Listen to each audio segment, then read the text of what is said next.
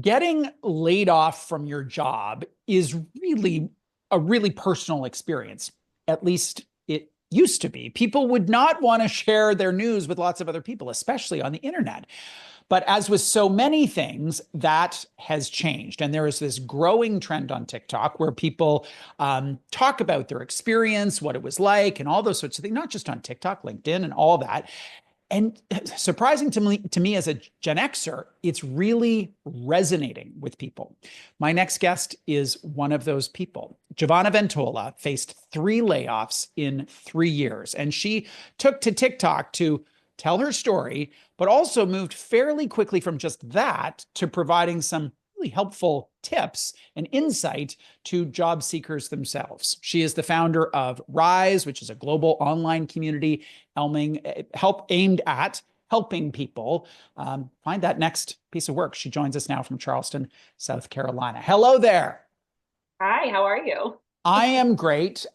You were not great after layoff number 3, and no surprise.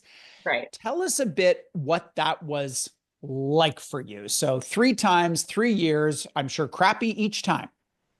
Yeah, pretty bad each time. I was in commercial real estate in Chicago. Big business, was sort of on this career trajectory that I thought I would be doing this for the next 10, 15 years of my life. I was in this great place, and layoff after layoff after layoff, I started to realize like maybe this isn't the right place for me. So along with the layoffs came an identity crisis. Yeah.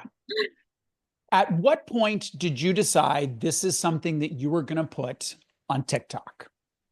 In January 2023, I was so desperate, and I got to the point where I had been reaching out to my network. Every time I got laid off, it's so embarrassing to continue saying I'm back on the market. I was reaching out to friends and family. It's just my biggest nightmare is when people I care about worry about me. So I was like, I'm going to look for a different way to build a network of new people that are maybe going through it. And my cousin, who's a Gen Z, was like, share your story on TikTok. Kind of what happened. And how did you heard that idea? Was it like, ah, it totally makes sense, I'll do that? Or was there some trepidation there? It made no sense to me, but I was truly at this place where I was like, I'm so desperate, I'll do anything. And she is very smart and successful. And I just thought, I'll do it. What's the worst that could happen? How much prep did you do before you taped that? None. Zero. I do You zero just prep hit for the anything. button that said record and started talking. Yeah, I told myself I wasn't going to stress over it. So my rule of thumb kind of since I've been doing this is one take, and that's it. One take. And Yeah. tell us what the reaction was. What did people say, and how quickly did that engagement occur? So I first stitched a video where it was another woman looking for a job. And I thought that's an easy, like low hanging fruit. Take something that someone else is doing and share your advice. And I was shocked. I think in the first night, over 80,000 views. And my cousin texted me and was like, you need to answer these people's comments. You need to keep posting. And I opened TikTok and I was like, oh, people are like, this is really resonating with people. I had shared an email template that I use when I network, and people were asking me to email them that template. And so I started doing that manually. Right. That takes some time. Yeah. Uh, does this run counter to our perhaps dated notion that highly accomplished people, superstars, would never demonstrate this level of disclosure? Yeah, I think so. So it's interesting. I sort of threw myself under the bus, right? And now I've created this community Rise, which I know we'll get into, but I take demographic surveys and psychographic surveys of my community, and the vast majority of people in Rise are high-level managers, high-level directors between ages like 35 and 55 who are high performers, high achievers like myself who can't find their footing. And so they saw themselves in me, and instead of putting themselves out there, they related to me, and now we have a place for that conversation. When I first saw this, because it was a headline of a newspaper article that talked about this trend, and my first thought was it sounds or could sound kind of self-centered or kind of victim-y. Are there people who interpret what you're trying to do through that lens? Yes, there is. And for a minute, it rattled me a little bit, but I go, okay, TikTok is a glimpse. It's short clips. you could see one of my short clips and completely misunderstand me, or you could go see more than one. Actually, quick anecdote. Armando, the man who volunteers on my leadership team for Rise, told me that he got laid off, was swiping through TikTok. He's like, who is this girl just complaining about being laid off with her bed? Yes. She needs to get up and she needs to start applying for jobs. And he's like, Right. you kept popping up on my For You page and I realized you're doing something else. And he's like, that's when I joined Rise, got into the community and started realizing what you were really doing. Right. So. The other thing that surprised me about your TikTok presence was how helpful your tips are. Like, I really did expect this kind of confessional. So even if it wasn't victim-y and self-centered, that it would mostly be about the shared experience of identity and angst and all that. Then I watched this video, and I'd like you to talk about it. It goes through the cadence that an HR manager used in their prior role to assess applicants, and how, as a job seeker, understanding that cadence would make a difference to how you used your time. Give us the abbreviated version of that. Yeah, so there's a lot of former HR executives or professionals in Rise. And one woman was sharing on this call that when she was in HR, she would post the job on Monday. She would collect applications Monday through Tuesday. Wednesday and Thursday, she would make phone calls to schedule interviews. And then Friday, if she didn't feel that she had enough candidates, she would repost the job. So now on the other side, as a job seeker, she spends like Sunday night, Monday, and Tuesday morning mass applying, like power applying for every single job. That drains her. So then she knows she can take Wednesday and Thursday to herself to do something else. And then Friday, she'll look for jobs that have been reposted. So it's kind of this like simple thing and a simple tip that someone on the other side gave to me that I felt like if all of us need to know how to structure our week, this is the way to do it. How do you think about the hours and the energy that a human can focus on job search? Because, there's this notion that it's your job. So, okay, say it's your job. A lot of people work 40 hours a week, 37 to 50, whatever it is. What's your recommendation about how much time people should put into it? Because I can imagine, I mean, it's been a long time since I've been there, but I can imagine how soul-sucking that would be to do 40 hours a week. Yeah, I don't think you can do 40 hours a week because yes, it's your job, but I would say 1 to 2 hours a day. Once your resume is in place, once your cover letter is in place, once your strategy is in place, 1 to 2 hours focused a day on just applying, because then you have to take the time to find the hiring manager, follow up, all of those things. I think the difference between a 40-hour job search and a 40-hour work week is 40 hours of the work week, you're not constantly getting rejected. But a 40-hour-a-week job search, you could be getting rejected for most of those hours, and that takes a hit on your emotional well-being. I am not in job search. I love my job, but we interview and hire lots of people. And one of your videos was really helpful for me to put me in the mindset of what the other person experiences prior to coming to that Zoom interview. You talked about a really generous email that an employer sent. What were some of the things that you took away from that email that you as the candidate felt helpful? I have never gotten an email like this. It was amazing. I think more people need to do this. But what they did is we're in this virtual world. When I used to interview in person, I'd get dressed up.